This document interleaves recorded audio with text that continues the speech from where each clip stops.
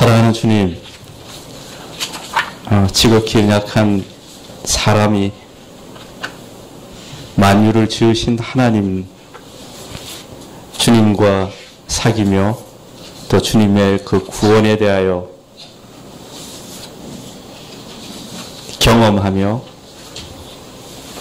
우리 속에서 나오지 아니하는 하나님의 사랑을 누리고 전하는 것이 얼마나 생소하며 얼마나 다른 일이며 우리가 이해할 수 없는 일인 것을 주님, 저희가 참으로 깨닫게 하시기를 소원합니다. 사랑하는 주님, 우리 앞에 주신 주님의 그 구원이 어떤 강력으로 말미암아 된 것이고 어떤 힘으로 말미암아 우리 가운데 주어진 것인 것을 주님, 저희로 참으로 깨닫게 하시고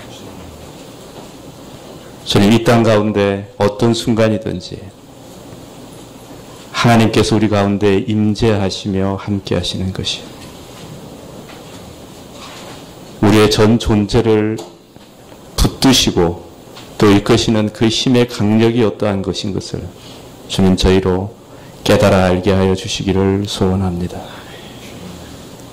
주님, 우리 교회 한 식구 한 식구마다 믿음의 선한 싸움을 싸울 때 주님, 물러가지 않도록 주님께서 인도하시고 주님, 보좌 앞에 담대히 나아갈 수 있는 담력을 주시기를 소원합니다.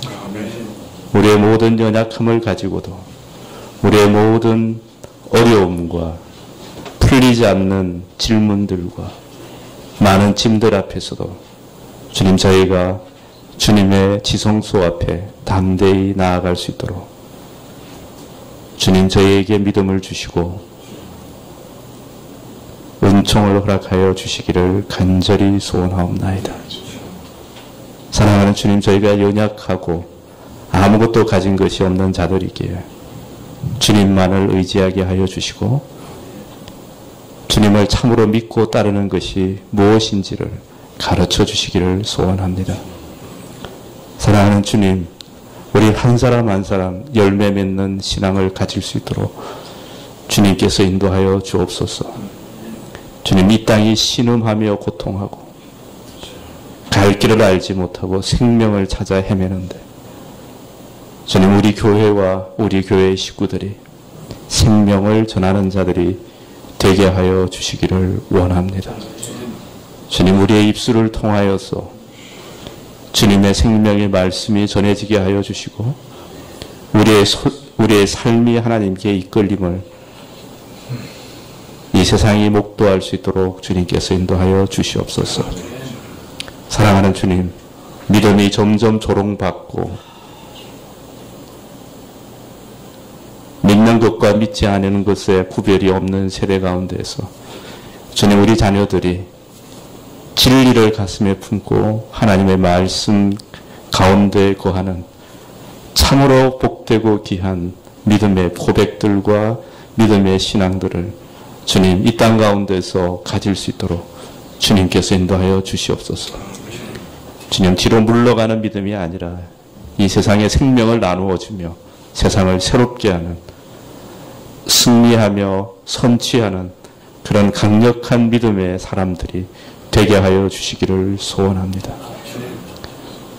어둠이 깊고 주님, 혼돈이 깊은 이 가운데 주님의 말씀과 영으로 말미암아 다스림을 받는 교회가 되게 하여 주시고 주님, 이 교회 가운데 주님으로 말미암는 믿을 수 없는 기적을 허락하여 주시고 심령의 부흥을 허락하여 주시고 우리 가운데 뜨거운 사랑을 회복하게 하여 주시고 주님을 사랑하며 주님을 찬미하며 주님을 믿게 하여 주시기를 소원합니다.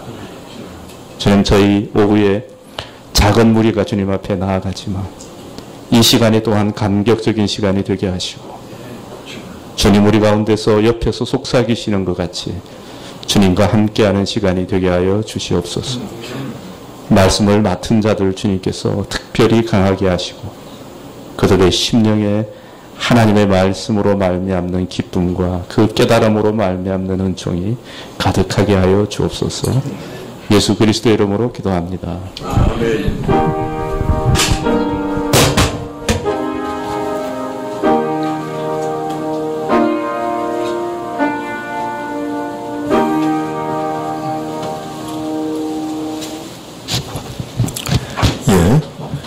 말씀은 요한계시록 2장 10절에서 11절까지 말씀입니다. 요한계시록 2장 10절에서 11절. 예.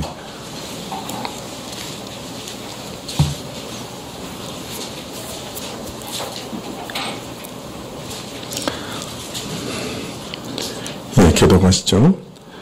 내가 장차 받을 고난을 두려워 말라. 볼지어다 마귀가 장차 너희 가운데서 몇 사람을 옥에 던져 시험을 받게 하리니 너희가 10일 동안 환난을 받으리라.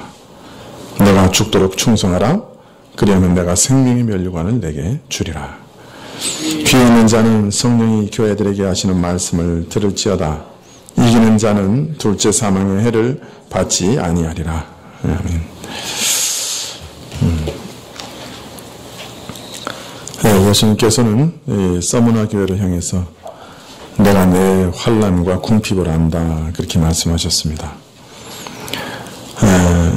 전 신앙을 위해서 많은 핍박을 받았고 환난을 겪으면서 모든 것을 다 잃어버린 서머나 교회를 향해서 그리스도께서는 내가 내 환난과 궁핍을 안다 그렇게 말씀하셨던 것이죠. 예수님께서는 어떤 분이십니까? 참으로 부유한 분이신데 참으로 우리를 위해 스스로 가난해지신 분이시죠. 바로 그 그리스도께서 자신의 이름을 위해 모든 것을 잃어버리고 궁핍받게 된 교회를 잊지 않으셨습니다. 자신과 같이 스스로 가난해진 교회를 잊지 않으셨죠. 무한한 사랑과 깊은 관심으로 저들을 기억하고 있음을 알리시면서 위로하고 계십니다. 내가 겪은 환난과 가난의 고통을 나도 안다. 그렇게 말씀하고 계신 것이죠. 예수님께서 서머나 교회를 생각하실 때 제일 먼저 떠오른 것이 저들의 환난이라고 하신 만큼 이 교회가 얼마나 환난을 겪었겠는가. 우리가 읽은 에베소 교회도 큰 어려움을 겪은 교회죠. 이단이 바로하고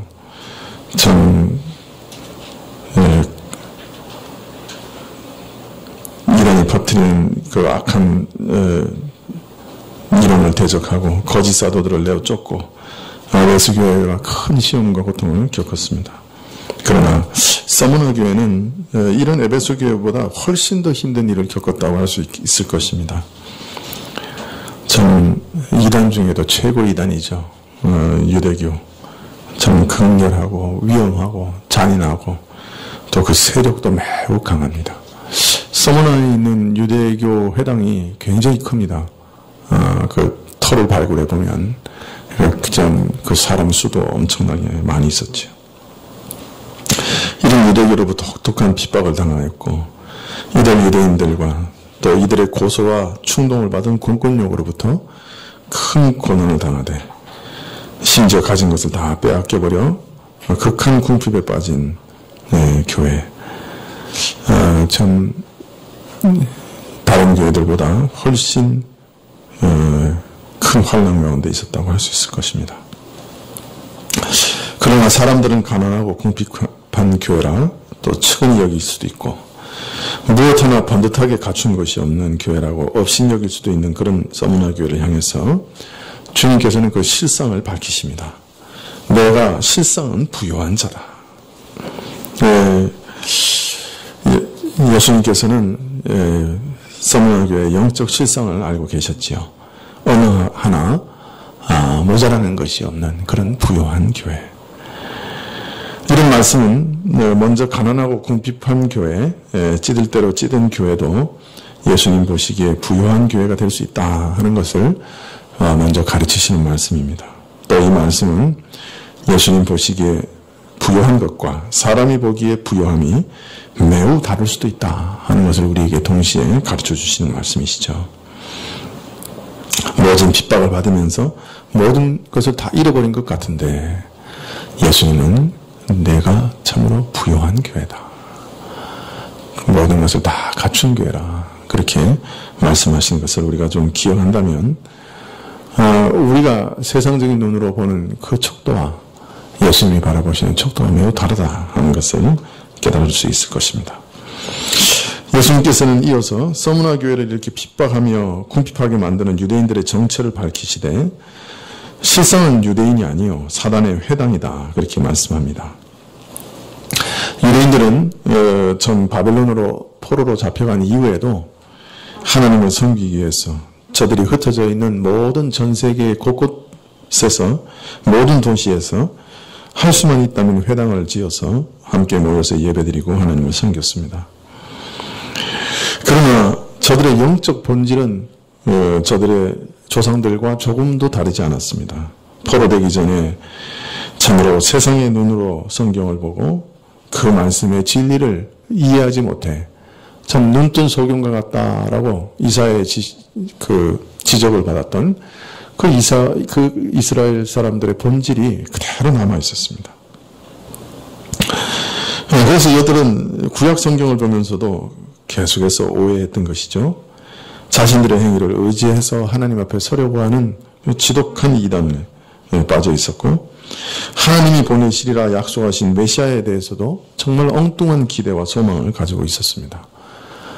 참 로마처럼 큰 제국을 일으켜 모든 나라를 정복할 그런 나라로 이스라엘을 만드는 메시아를 기대했던 것이죠. 정치적 메시아를 기대하고 있었습니다. 자, 그래서 예수님께서 이 땅에 오셨을 때 저들은 예수님을 받아들일 수가 없었습니다. 그래서 예수님께서는 또한 저들 참 눈이 완전히 가려져 있는 저들을 가리켜서 독사의 자식들이다. 즉 마귀에게 속한 자들이라고 책망하시기도 하셨지요. 서머나 교회에서 주신 말씀에서도 사실 동일한 뜻으로 책망하신 것을 알 수 있습니다. 주의 교회를 핍박하는 유대인들을 가리켜 사단의 회당이라. 스스로 유대인이라 하다. 스스로 하나님 백성이라고 자고하고 생각하지만 실상은 사단을 따르는 무리라. 하나님의 영광을 위해서 행한다고 하는 모든 일들이 사실은 사단의 조종을 받고 사단이 원하는 대로 행하는 일이라. 참 사단의 교회라. 그러한 영적 실상을 드러내서 보이셨습니다. 예수님께서 이어서 이 서머나 교회에 한 가지 권면의 말씀을 주시고 계시는데요. 오늘 읽어드린 10절에 내가 장차 받을 고난을 두려워 말라 이렇게 말씀하고 계십니다. 7교회에 보낸 편지를 보면 보통 6개의 주제가 나옵니다. 첫 번째는 편지를 받는 이가 누군가 하는 이 말씀이 나오고, 두 번째는 편지를 보내시는 분이 누군가. 물론 예수님이신데 예수님에 대한 뭐랄까요,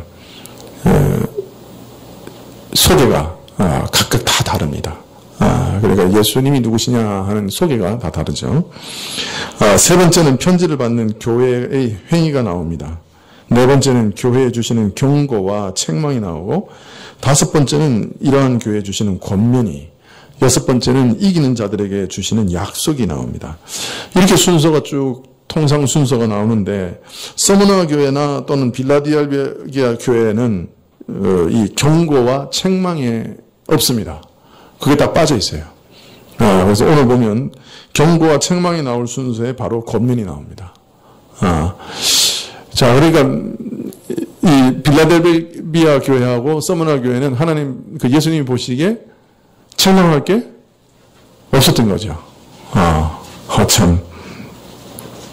모든 것이 부여하여 경고를 받거나 책망받을 것이 없는 교회. 참, 이런 교회라고 하면 얼마나 좋겠습니까? 그죠? 이런 교회도 있을 수 있다. 참, 그런 교회가, 저희 우리 성가교회도 그렇게 되면 참 좋겠습니다. 예수님 보시기에 책망할 것이 없는 교회, 경고할 것이 없는 교회, 참, 얼마나 놀랍습니까? 자, 그러면 예수님의 권면을 한번 읽어보죠. 10절에 내가 장차받을 고난을 두려워하지 말라. 볼지어다 마귀가 장차 너희 가운데 몇 사람을 옥에 던져 시험을 받게 하리니 너희가 10일 동안 환난을 받으리라. 어떻습니까? 이런 권면 받으면 힘이 나겠습니까? 힘 빠지겠습니까? 어때요? 이런 권면을 받으면 힘이 막 생기겠어요? 힘 빠지겠어요? 여러분 어떻습니까? 힘이 막 생길 것 같지는 않은데요? 그죠? 힘 빠질 것 같죠? 예. 여러분, 참 오랫동안 끊임없이 핍박을 받아온 교회라고 하면 예수님께 어떤 것을 기대할까요? 최소한. 예? 아니, 예수님께서 자신을 누구로 소개하고 계세요? 처음이요? 마지막이라. 이 역사를 주관하시는 분이란 말이에요. 역사의 대주제시요. 왕중왕이신 분으로 자신을 딱 계시하고 계시단 말이에요. 이런 예수님께서 야, 내가 너희 환난과 그 고난을 내가 다 안다. 너희 그 참 핍박도 다 알고 궁핍도 다 안다. 내가 참 정말 내가 참 잘 알고 있다. 이렇게 말씀하신 다음에 탁 다음 말씀을 하신다고 하면 뭘 기대할까요? 우리는. 그렇죠. 그래도 야, 내가 너희 그 고난 다 아니까 이제 환난은 끝이다. 그리고 너 이거 잃어버린 거 내가 다 돌려줄게. 최소한 뭐 이런 말씀 아니면 그 정도 아니라도 야, 조금만 참아라. 환난은 곧 끝난다. 뭐 이런 말씀이라든지 아니면 최소한도 야, 너무 피곤하지? 좀 쉬게 해줄게. 그죠? 조금 쉬게 해줄게. 뭐 그런 약속이라도 받고 싶었을 겁니다. 그런데 뭐라고 얘기하시는 거예요 지금? 이 뒤통수로 치셔도 분수가 있으시지. 이거 뭐라 그러시는 거예요? 너무 뜻밖이죠? 내가 장차 받을 고난을 두려워 말라. 두려워 말라. 이게 무슨 뜻이에요? 두려워할 만한 환난이 또 있을 거란 얘기 아니에요? 환난은 그치겠다는 말이에요? 아니면 환난이 계속된다는 얘기야? 예? 이게 위로요? 아니 지금 그냥 환난이 계속돼가지고 그냥 죽을 둥 살 둥 겨우 견디고 그냥 거의 빈사 상태인데 이제 예수님께서 딱 편지를 주시니까 그냥 편지를 보면서 얼마나 기대했겠어요, 그죠? 그런데 두려워 말라. 근데 왜? 장차 고난이 있을 텐데 두려워하지 마라. 이야, 이게 거반 죽게 된 사람한테 주는 말씀입니까? 응? 한번 생각해 보세요. 이거 너무 하시는 거 아니에요? 해대도? 그냥 성경은 항상 읽으면 아멘으로 읽으시니까 의문이 별로 없으시지만 한번 생각해 보세요. 이게 거의 막 빈사 상태에 있는 교회에 야, 잘했다. 이제 곧 끝난다. 최소한 이 정도는 말씀해 주셔야지. 야, 참 잘했다. 근데 앞으로 계속 고난 받아라. 이게 말이 되는 얘기냐고요. 그리고 뭐 본인을 뭐라고 계시하신 거예요? 내가 처음이요 나중이라 그러니까 다른 말로 역사를 주관하는 분이라 그랬잖아요. 역사를 주관하시는 분이면 좀 그만 그치시면 되잖아. 역사를 주관하시는 분인데 더 고난받으라 얘기하니까 이게 말이 되냐고요. 내가 너무 흥분했나?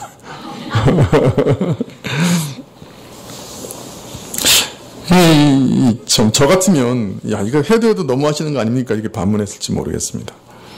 장차 받게 될 고난을 두려워하지 말라 하시니 앞으로도 계속 고난이라는 말은 지금까지 이렇게 고생했는데 이제는 쉼과 평안이 있으리라 기대할 뻔한데 너무나 사정을 몰라주시는 말씀 같아. 그것도 내가 내 환난과 궁핍을 안다고 하시는 분 아닙니까? 그럼 더욱 야속하죠. 아니 천지를 다스리고 참새 2마리가 하나 썰어내 팔리는 것도 주의 허락하심이 있어야 가능한데 그 만유의 주제께서 어떻게 이렇게 말씀하실 수 있냐 말이에요. 너무나 섭섭하고 너무나 실망스러웠을 것이다. 그런 생각이 듭니다.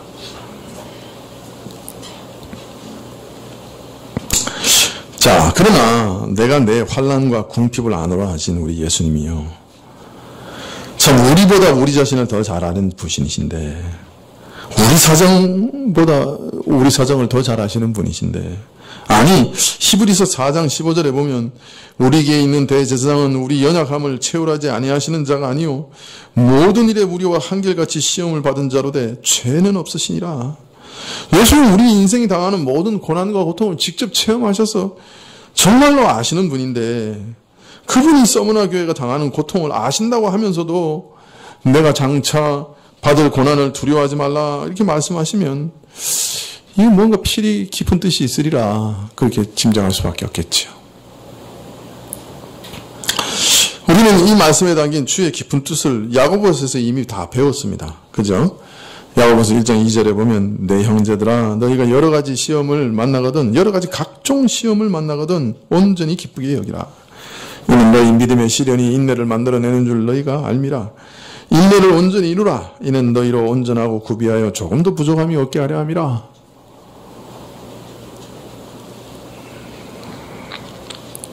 이 땅에서의 성도의 삶은 각양각색의 시험의 삶이요 여러 가지 종류의 시험이 끊임없이 이어지는 삶이라.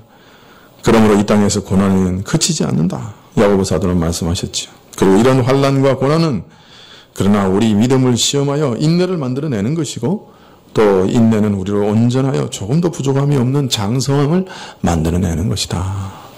그렇게 야고보 사도는 우리에게 가르치셨습니다.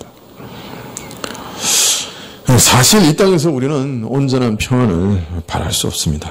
주님의 재림하시기 전까지 모든 성도들은 이 땅에서 시험을 당하며 분투하며 수고하며 싸워 나가야 하는 것이죠. 장차받을 무궁한 평안을 사모하면서 그 나그네의 이 나그네의 고달픈 삶을 이 땅에서 살아가야 하는 것이죠. 예수님께서 고난당하는 교회 앞에 앞으로 또다시 고난을 당할 것을 말씀하시는 것은 어떤 면에서 이 땅에서는 전쟁이 그치지 않는다. 이 땅에서는 각종 시험을 피할 수 없다 하는 사실을 알리시는 것만 같습니다. 그러나 야고보 사도가 말씀하신 대로 이 시험은 고생만 하다 끝나는 시험이 아닙니다. 참으로 극한 상황에 견디고 인내하게 하는 시련을 통해 성도는 인내를 얻게 되고 또 인내 가운데 연단을 얻게 됩니다. 성도로서 그래서 온전함에 이르게 되는 것이죠. 바울도 야고보와 똑같은 얘기를 하고 있습니다. 로마서 5장 3절 이하에 다만 이뿐 아니라 우리가 환난 중에도 즐거워하나니 이는 환난은 인내를 인내는 연단을 연단은 소망을 이루는 줄 알미로다. 예수님께서 서문화교의 극한 상황을 아신다고 하시면서도 또 계속되는 환난에 대해서 언급하신 것은 바로 환난이 인내를 낳고 인내는 연단을 낳고 연단은 하늘나라의 참된 소망을 낳는 것임을 아시기 때문에 이런 환난도 허락하시는 것입니다. 이 길이 성도를 다듬어 가시는 하나님의 최고의 사랑이기 때문에 우리 주님께서 우리를 가장 불쌍히 여기시고 동정하시고 사랑하시고 안타까워하시는 분이시지만 이 길이 우리에게 최고의 유익이 되는 길임을 아시기 때문에 어떤 고난 가운데 있는 줄 아시면서도 또 계속되는 환난을 허락하시는 것을 우리는 알 수가 있습니다. 제가 보면 이제 우리 어린아이들 키우는 부모들 이렇게 보면 제일 그 감난쟁이 중에 하나 문제는 애가 아플 때고 그보다 더 큰 문제는 애가 밥을 안 먹을 때입니다. 밥을 안 먹으면 부모들이 어떻게 합니까? 밥을 비벼가지고 그 애 입에 떠넣습니다. 그 애는 안 먹는다고 막 돌아다닙니다. 사방을 돌아다니면 엄마는 또 쫓아다닙니다. 어제 보니까 수영장 가는데 엄마 한 사람은 밥 비벼가지고 들고 가더라. 애가 안 먹으니까 수영장 가는 길에 먹이고 있는 거예요. 애를. 참 지극정성이라. 제가 그런 가정 볼 때마다 꼭 얘기합니다. 한 끼만 굶겨라. 한 끼만 굶기면 그렇게 쫓아다닐 필요 없다. 한 끼만 굶겨라. 안 되면 세 끼만 굶기면 된다. 근데 지금까지 굶기는 집을 본 적이 없어요. 분명히 굶겼으면 그게 문제 해결됐을 텐데 제가 확신하기는 그 한 끼를 굶기를 못해. 엄마가 그냥 얼마나 그냥 마음 아픈지 애가 굶는 걸 보지를 못해. 한 끼 굶는다고 키가 1cm 떨어지는 것도 아닌데 한 끼를 못 굶기더라고요. 그런데 우리 하나님은 굶기는 분이에요. 굶긴다고요. 안 먹으면 굶긴다니까요. 근데 그게 더 큰 사랑이에요. 여러분. 참, 못 굶기는 그것도 사랑이죠. 그죠? 애틋한 사랑이지만, 아이의 장래를 위해서 먹어야 애가 크고 튼튼해지고 건강해지고 혈색도 좋고 면역도 생기고 병도 안 걸린다는 걸 알기 때문에 눈물을 머금고라도 한 끼, 두 끼, 세 끼를 굶길 수 있는 사랑이 어떤 면에서 더 큰 사랑일지도 몰라요. 우리 하나님은 그런 분이라. 굶길 굶기신다니까. 한 끼도 굶기시고 두 끼도 굶기시고 버릇 고칠 때까지 세 끼도 굶기시고. 우리 하나님 정말 그런 사랑의 하나님이셔요. 왜 이렇게 더 큰 사랑입니까?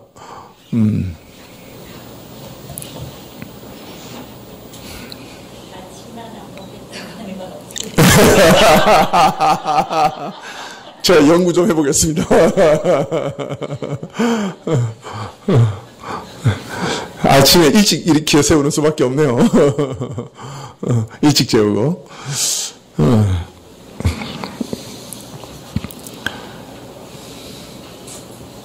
예, 예수님께서는 앞으로도 상당 기간 동안 환란이 계속될 것이다. 또 그것을 허락하시리라고 말씀하십니다. 이것도 하나님의 큰 사랑 안에서 말씀하시는 거죠. 그렇지만 이렇게 얘기하십니다. 장차 겪을 고난을 두려워 말라라고 말씀합니다. 왜 두려워 말라고 하시는 거죠? 왜 두려워 말라고 하십니까?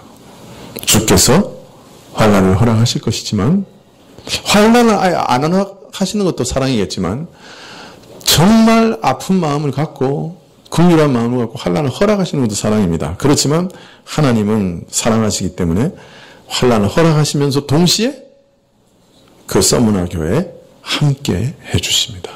그렇기 때문에 두려워하지 말라고 하시는 거죠. 두려워 말라. 노래 찬양이 잘 안 나오네요.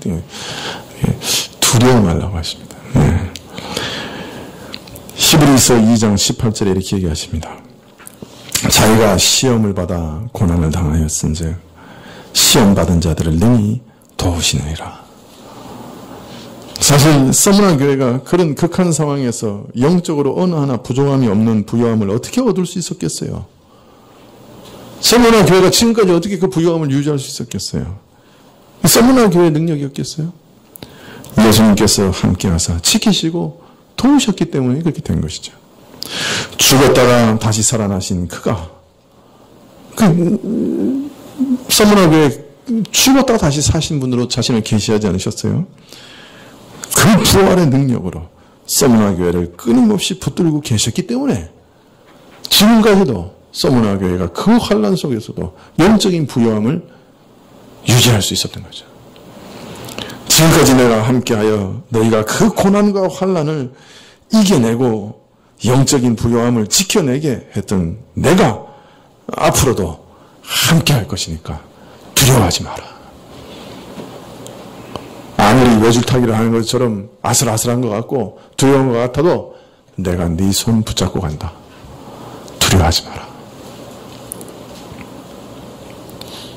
네 자녀들 다 보호하고 너희 삶을 내가 다 보호하고 눈동자와 같이 지킬 것이다.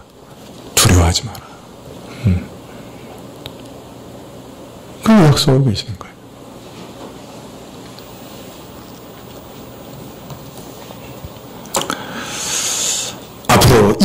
앞으로도 이기게 하리라.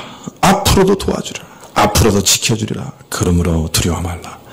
지금까지 이기게 준 것처럼, 지금까지 도와준 것처럼, 지금까지 지켜준 것처럼 앞으로도 그렇게 해주리라. 두려워 말라.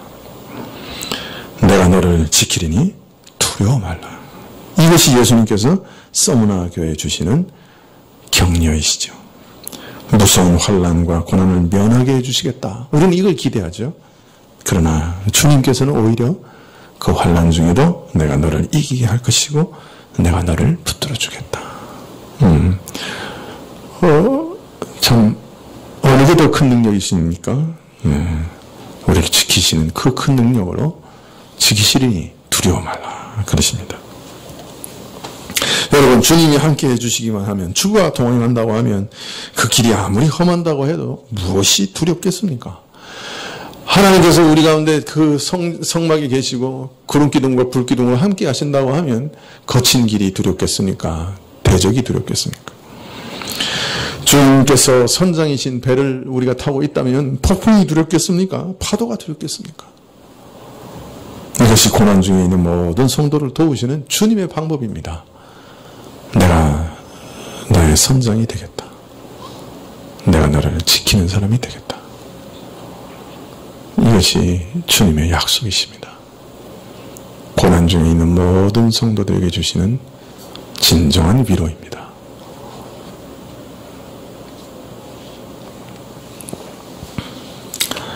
서문화교회가 앞으로 겪게 될 고난에 대해서 밝히시기를 볼지어다. 마귀가 장차 너희 가운데 몇 사람을 옥에 던져 시험을 받게 하리니 너희가 10일 동안 환난을 받으리라. 마귀가 너희 몇 사람을 감옥에 던져 넣을 것이다. 즉 정치적 세력에 의한 핍박으로 너희를 괴롭히리라는 뜻입니다. 일찍이 예수님께서 장차 믿는 자가 받을 핍박에 대해서 알리시되 마태복음 10장 17절부터 18절에 보면 사람들을 삼가라. 저희가 너희를 공회에 넘겨주겠고 저희 회당에서 채찍질하리라. 또 너희가 나를 인하여 총독들과 임금들 앞에 끌려가리니 이렇게 말씀합니다. 교회는 유대인들로 인해 저들의 회당에서부터 채찍질당하고 고난받을 뿐 아니라 세상 정치 세력, 총독들과 임금들로부터도 많은 핍박과 고난을 받을 것을 미리 알리시고 계시는 것이죠. 이런 정치적 세력으로부터의 환난을 10일 동안 겪게 하리라고 하셨습니다. 10일 동안이라고 하는 표현의 의미가 무엇인가? 참 이 계시록 자체에서는 찾아보기가 좀 어렵습니다. 10일 동안 환난을 겪게 하실 거다. 무슨 의미가 거기 있을까요? 얼마나 기한을 말씀하시는 걸까요? 정말 딱 10일 동안, 열흘 동안 핍박을 받을 것이라는 그런 뜻일까요? 계시록에서 숫자는 항상 어떤 상징성을 띠고 있습니다. 내가 계시록 11장 3절에 보면 내가 나의 두 증인에게 권세를 주리니 저희가 굵은 베옷을 입고 1260일을 예언하리라. 1260일이라는 게 딱 진짜 1260일이냐 말이에요. 이게 하나의 상징된 숫자죠. 또 13장 5절에 보면 또 짐승이 큰 말과 참남하는 말하는 입을 받고 또 42달 일할 권세를 받으니라. 뭐가 좀 비슷하죠. 두 증인은 1260일. 짐승은 큰 말과 참남한 말하는 입을 받고 이게 또 증인이요. 그죠? 하나는 하나님의 증인이고, 그죠? 하나는 악한 영의 증인인데, 이 악한 영은 42달. 1260일이 42달하고 닮았죠?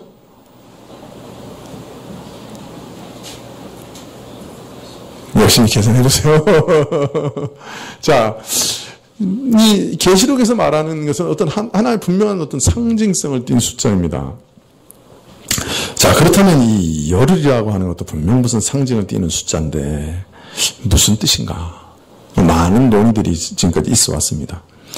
어떤 주석학자들은 히브리적인 개념으로 보통 한 날을 한 해로 계산하는 그런 일들이 있기 때문에 여기서도 한 날을 한 횟수로 생각해서 10년이라는 날짜를 상징하고 있다. 그러니까 이 기한을 상징하는 거다. 이 10일이라는 것은 10년의 기한을 상징하는 거다. 그렇게 해석하는 사람들이 있습니다. 그거는 이제 사실은 이게 디오클레시안이라고 하는 황제가 그 가장 혹독한 핍박을 할 때 그 10년간 지속됐어요.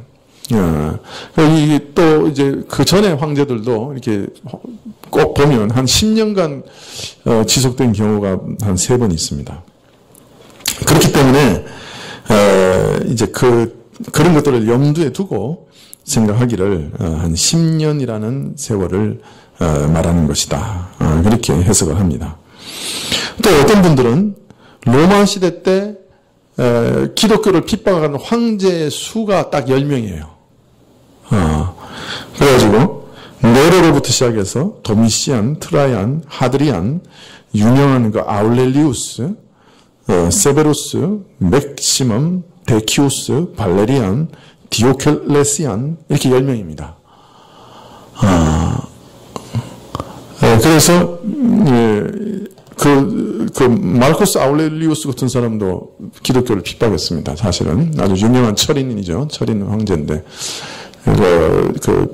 저 프랑스 지역 고을 지역에 있는 그런 교회들을 많이 핍박을 했죠.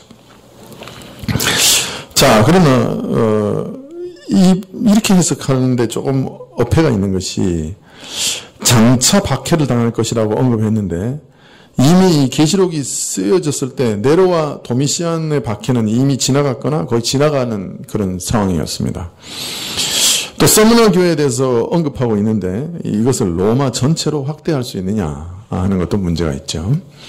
물론 어떤 사람은 아예 그래서 에베소 교회는 아주 초대 교회를 나타내는 것이고 서머나 교회는 순교를 많이 당한 그 로마 황제, 열 황제 기간 동안 존재했던 교회를 나타내는 것이고 이래가지고 맨 마지막에 그 어디죠? 라오디게아 교회는 현재 예수님 재림하기 직전의 교회를 나타내는 거다. 그래서 이걸 또 시대순으로 다시 이렇겠다. 그게 시대순의 예언이다. 또 이렇게 해석하는 사람들도 있어요. 물론 이 좀 자세히 읽어보면 좀 어폐가 있습니다. 사실은. 그리고 또 그렇게 해석하는 사람들은 꼭 자기 교회가 빌라델비아 교회라고 또 얘기를 해요. 그런 하여튼 그런 해석이 있어요. 열이라고 하는 것을 열황제로 보는 사람들도 있죠. 그런 하여튼 확정적으로 이거다라고 말하기가 참 어렵습니다. 그러면 구약 성경에서는 이 열흘이라고 하는 숫자와 어떤 관계가 있는 어떤 의미가 연결되는 그런 그 말씀이 있느냐 이제 좀 찾아볼 필요가 있죠. 구약 성경에서 열흘이라고 하는 것이 어떤 이것과 말씀을 좀 관계할 수 있는 게 있을까? 한 군데 있는 것 같아요. 다니엘서 1장 8절 이하에 보면 좀 우리가 잘 아는 말씀이 있는데 다니엘서 1장 8절 이하에 보면 이렇습니다. 다니엘은 뜻을 정하여 왕의 진미와 그의 마시는 포도주로 자기를 더럽히지 아니하리라 하고 자기를 더럽히지 않게 하기를 환관장에게 구하니 하나님이 다니엘로 환관장에게 은혜와 긍휼을 얻게 하신지라. 환관장이 다니엘에게 이르되 내가 내 주 왕을 두려워하노라. 그가 너희 먹을 것과 너희 마실 것을 지정하셨거늘 너희 얼굴이 초췌하여 동무 소년들만 못한 것을 그로 보시게 할 것이 무엇이냐. 그렇게 되면 너희 까닭에 내 머리가 왕 앞에서 위태하게 되리라 하니라. 환관장이 세워 다니엘과 하나냐와 미사엘과 아사랴를 감동하게 한 자에게 다니엘이 말하되 청하오니 당신의 종들을 열흘 동안 시험하여 채식을 주어 먹게 하고 물을 주어 마시게 한 후에 당신 앞에서 우리 얼굴과 왕의 진미를 먹는 소년들의 얼굴을 비교하여 보아서 보이는 대로 종들에게 처분하소서 하며 그가 그들의 말을 쫓아 열흘을 시험하더니 열흘 후에 그들의 얼굴이 더욱 아름답고 살이 더욱 윤택하며 왕의 진미를 먹는 모든 소년보다 나아 보인지라. 이건 뭐 잘 아는 말씀이죠. 다니엘과 세 친구는 바벨론에 끌려가서 왕의 진미를 같이 먹으며 바벨론의 모든 학문을 배우게 되었습니다. 그러나 이상하게 이 다니엘과 세 친구는 왕의 진미를 먹지 않기로 결심을 했죠. 혹은 뭐 이방 우상에게 주어진 제물이기 때문이다. 또는 레위기의 정결규례를 어기는 음식이기 때문이다. 뭐 그렇게 해석하기도 하고요. 만약 이런 두 가지 경우가 아니라 할지라도 이 왕이 이 진미를 먹이고 3년 동안이나 이렇게 교육하게 했던 것은 이 사람들을 이제 이름까지 다 바꿨잖아요. 그 말은 이제 이 사람들을 완전히 바벨론화해서 바벨론의 신복으로 만들겠다는 그런 의미거든요. 또 우리나라가 이제 마지막에 그 일제시대 때 창시개명을 했잖아요. 완전히 일본 사람 만들겠다는 얘기죠. 그런 그 문화적인 공격에서 자기들은 그 바벨론에 살지만 바벨론 사람처럼 절대로 살지 않겠다 하는 어떤 성별 의식에서 나온 건지 뭐 확실치 않지만 하여튼 다니엘과 세 친구는 왕의 진미를 거부합니다. 환관장은 왕이 엄한 명령으로 왕의 진미를 주라고 했는데 그거 안 줬다가 나중에 자기 목이 달아날까 걱정했죠. 그래서 시험의 기간을 둡니다. 그게 열흘입니다. 전 열흘 동안 산의 진미를 먹은 사람하고 풀만 뜯어먹은 사람하고 얼굴색이 어떻겠습니까? 그럼 뭐 당연하죠. 그럼 시험할 필요도 없어요. 그죠? 그 채소만 먹고 풀만 먹은 사람하고 그래도 고기 좀 먹고 생선 먹고 과일 먹고 산의 진미를 먹은 사람하고 얼굴색이 누가 낫겠어요? 우리 결과에 알아서 그렇지만은 풀만 뜯어먹은 사람이 어떻게 얼굴이 좋아요? 그런데 이제 하나님이 열흘 동안 은혜를 베푸셔서 풀만 뜯어먹었는데 그냥 환해졌단 말이에요. 기적을 베푸신 거죠. 참 어떤 면에서 다니엘과 세 친구는 이 열흘의 기간 동안에 시험을 받으면서 하나님께 자신들의 운명을 전적으로 위탁할 수밖에 없었을 겁니다. 꼭 하나님이 승리하리라고 하는 보장을 얻은 건 아니었잖아요. 다만 소망이 있었던 것 뿐이죠. 우리가 정말 하나님 앞에서 우리 스스로를 더럽히지 않고 왕의 진미를 먹지 않게 해주시기를 원하나이다. 그냥 하나님 들어주실 수도 있고 안 들어주실 수도 있는 그런 상황이란 말이에요. 그러나 하나님을 의지하고 하나님 앞에서 우리가 생명을 걸겠습니다. 이 사람들이 만일 10일 후에 이게 그 시험이 끝나갔는데 여전히 그냥 그 풀만 먹어가지고 초췌하면 이 사람들이 그 바벨론 왕의 음식을 먹었을까요? 아니면 안 먹었을까요? 네? 먹었을까요? 안 먹었을까요? 제 생각에는 안 먹었을 거예요. 목이 달아나도 안 먹었을 거란 말이에요. 어떤 면에서는. 그러니까 이건 죽느냐 사느냐는 시험이죠. 하나님이 살려주시면 살고 혹 죽으라 그러시면 우리는 믿음의 정조를 지키고 죽겠다. 이 얘기거든요. 그러니까 이 사람들이 열흘 동안 이 시험을 받았다고 하는 것은 어떤 면에서 열흘 동안 자신들의 생명을 하나님께 의탁하고 하나님이 살려주시면 살겠습니다. 그러나 우리가 믿음을 저버리지는 않겠습니다. 세 사람의 믿음을 시험하는 그런 기간이었다고 할 수 있겠죠. 세 사람이 믿음의 진실성을 증명하고 연단을 받는 그런 시험의 기간이었습니다. 만일 서문화 교회에서 말씀하신 이 열흘이 다니엘과 관계에 있는 것이라고 하면 이 열흘은 참된 믿음을 시험받는 기간이라고 할 것입니다. 옥에 던져 10일 동안 환난을 받게 하신다는 것은 서문화 교회가 그 신앙의 순수성을 증명해야 되는 기간이라고 할 수 있겠죠. 그 기간은 얼마가 되는지 알 수 없지만 그 성격은 하나님 앞에서 자신들의 신앙의 순수성을 지키고 그것을 위해서 싸우는, 그것을 증명하는 그런 기간이 될 수 있는 것입니다. 자, 이렇게 해석하면 열흘이라는 기간, 어떤 시간을 알려주는 게 아니라 이 시험의 성격을 알려주는 거죠. 의외로. 만약 이것을 이제 다니엘서와 연결해서 읽으면 우리는 자꾸 열흘 그러면 기한을 생각하는 거잖아요. 그러나 이 다니엘서와 연결해서 이 말씀을 읽게 되면 이 열흘이라는 건 뭐와 관계되는 거야? 시험의 성격을 알려주는 말씀이 되는 거죠.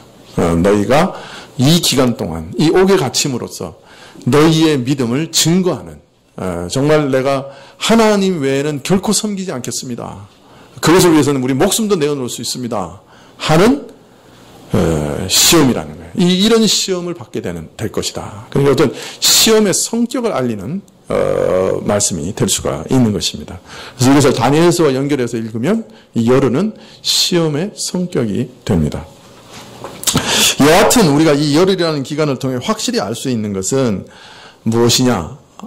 뭡니까?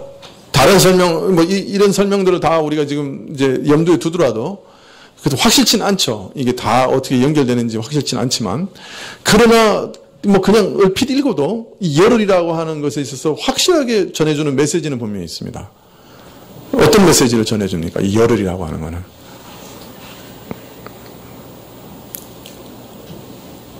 쉽게 생각하면 돼요. 기한이 정해져 있다. 기한은 정해져 있다. 고난은 무한히 지속되지 않을 것이다. 그런 종류의 고난은 옥에 갇히는, 즉 정치적인 핍박이 영원히 계속되지는 않을 거다.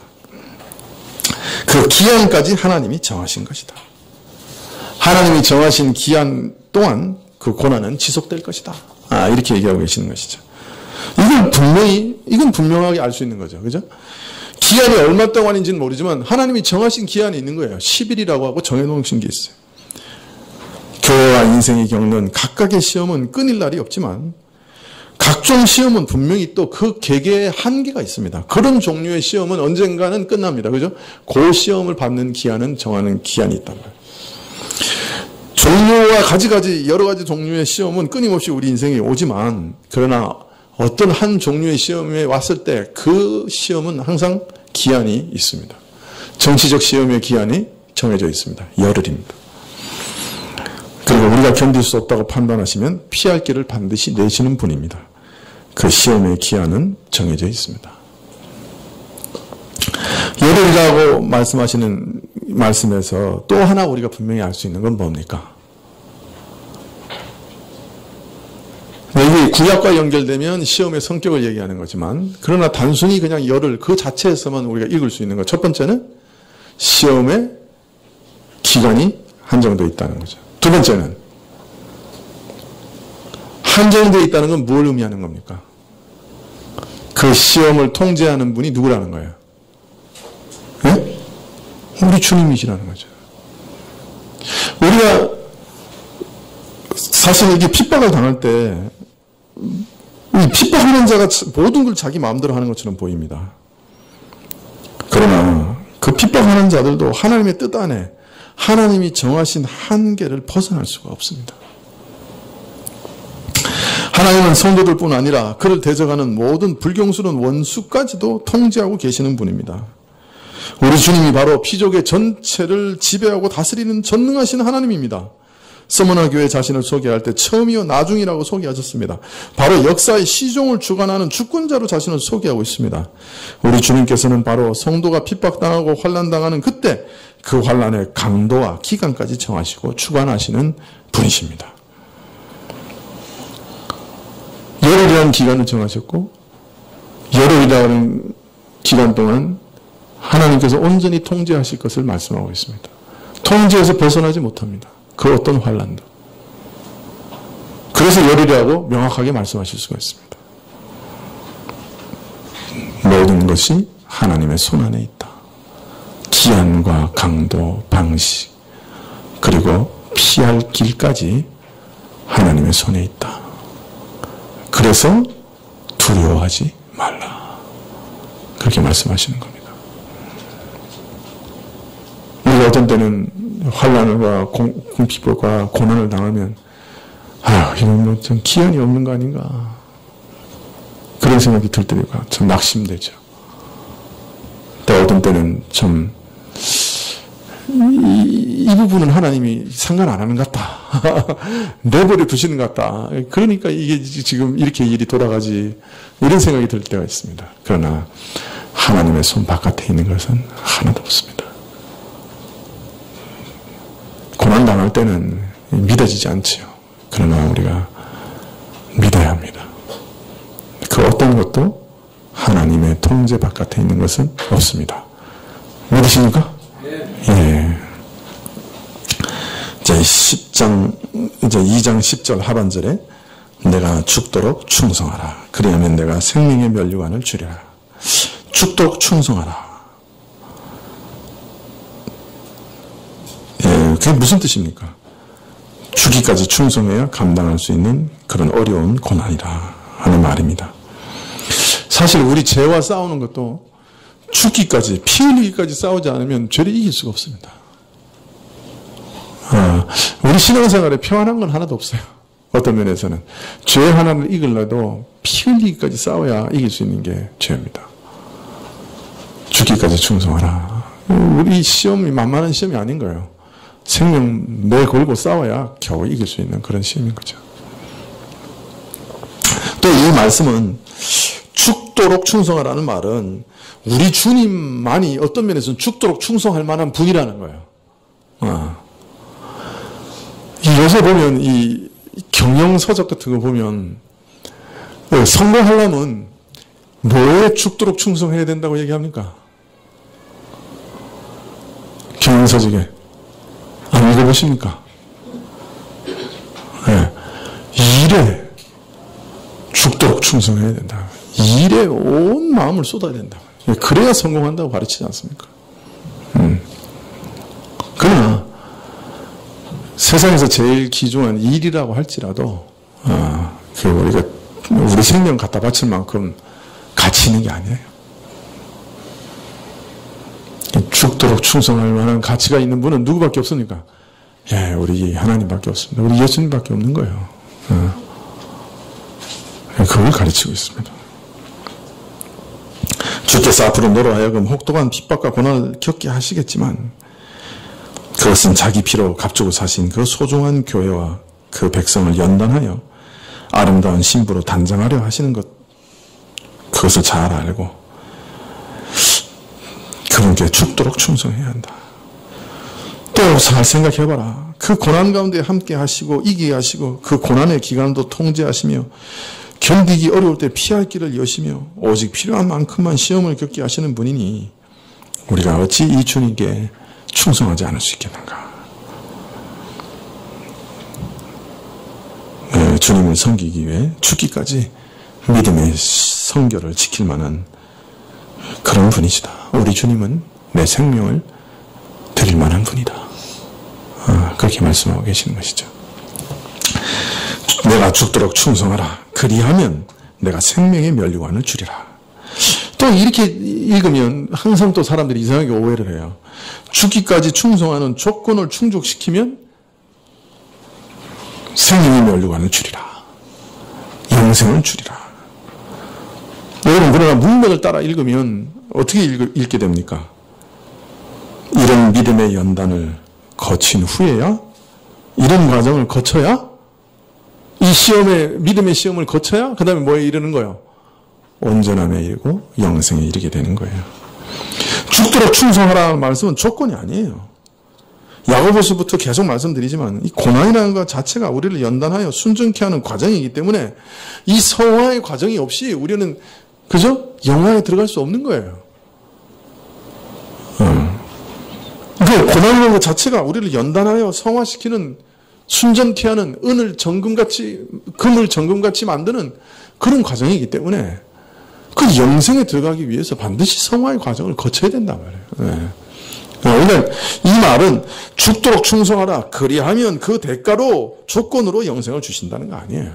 죽도록 충성하는 과정을 거쳐서 영생에 이르게 된다는 말이에요. 그 문맥에 따라서 잘 이해해야 되는데 이걸 자꾸 조건으로 이해하는 경우가 많아요.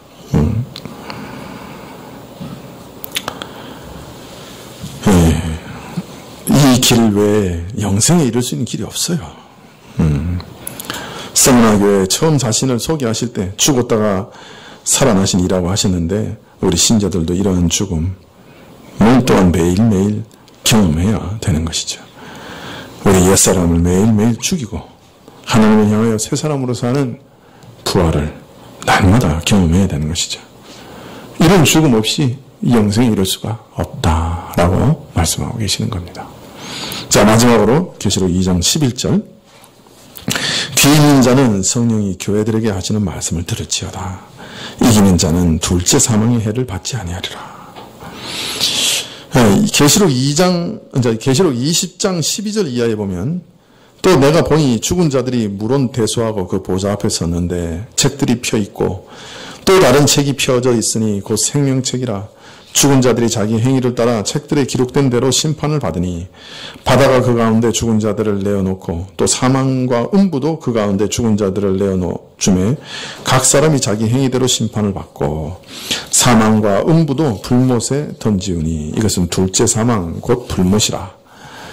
둘째 사망은 영원한 형벌에 처해지는 걸 말합니다. 마지막 심판이 끝난 다음에 영원한 불못에 던져지는 것을 얘기하는 것이죠. 믿는 자는 둘째 사망의 해를 받지 아니하리라. 성도들은 이 땅에서 날마다 죽음을 당하지만 마지막 날 주의 심판대 앞에서는 그 영원한 멸망과 둘째 사망은 당하지 않게 됩니다. 이 땅에서도 내 안에서 시작된 참 생명을 누리면서 고난 가운데서 내 안에 있는 죄성을 죽이면서 인내하고 믿음으로 살아가는 자는 오늘 우리 자신을 스스로 십자가에 매달고 죽이는 자들은 마지막 날 그 영원한 생명, 영생에 들어가고 두 번째 죽는 일은 결코 없을 것이다. 그렇게 말씀하고 있습니다. 기도하시겠습니다.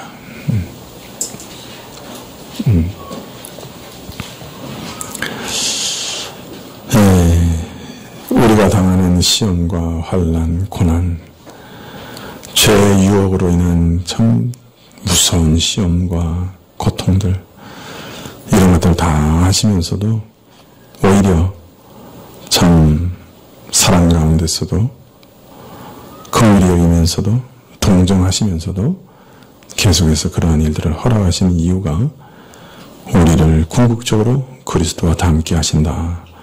그 목적 때문이라 하신 말씀을 읽었습니다. 주여 우리 눈을 열어주십시오. 멀리 볼 수 있게 해주십시오. 우리는 참 멀리 볼 수 없기 때문에 이 땅에서 당하는 환난을 당할 때마다 팔딱거리며 참으로 하나님을 원망하기 잘합니다. 그러나 하나님께서 나를 사랑하시기 때문에 오히려 연단을 허락하시고 하나님이 이러한 고난에 동참하시고 함께 걸어가 주시고 지켜주시고 돌봐주시고 버리지 않으시고 끝내는 피할 길을 내시는 분이신 것을 오늘 가르쳐 주셨습니다. 또 이러한 연단 속에 날마다 자기를 죽이며 죄성을 죽이며 믿음으로 이기는 자들, 끝까지 주님을 따라가는 자들을 둘째 사망의 해에서 건져주신다고 약속하셨습니다. 주여, 우리가 다 이런 길을 걷고 끝까지 인내하며 승리하는 자들이 되게 하여 주십시오. 환난과 고초가 온다 할지라도 믿음을 잃어버리는 어리석은 일들이 일어나지 않도록 도와주십시오. 마지막까지 믿음을 지키며 주님을 따라가다가 영원한 영생에 이르게 하시기를 간절히 기도드립니다. 예수님의 이름으로 기도합나이다. 아멘. 네, 주님 가르치신 기도로 예배를 피하겠습니다. 하늘에 계신 우리 아버지시여, 이름이 거룩히 여김을 받으시오며 나라의 희망하시며 뜻이 하늘에서 이룬 것 같이 땅에서도 이루어지이다. 오늘날 우리에게 일용할 양식을 주옵시고 우리가 우리에게 죄 지은 자를 사하여 준 것 같이 우리 죄를 사하여 주옵시고 우리를 시험에 들게 하지 마옵시고 다만 악에서 구하옵소서. 대개 나라와 권세와 영광이 아버지께 영원히 싸움나이다. 아멘.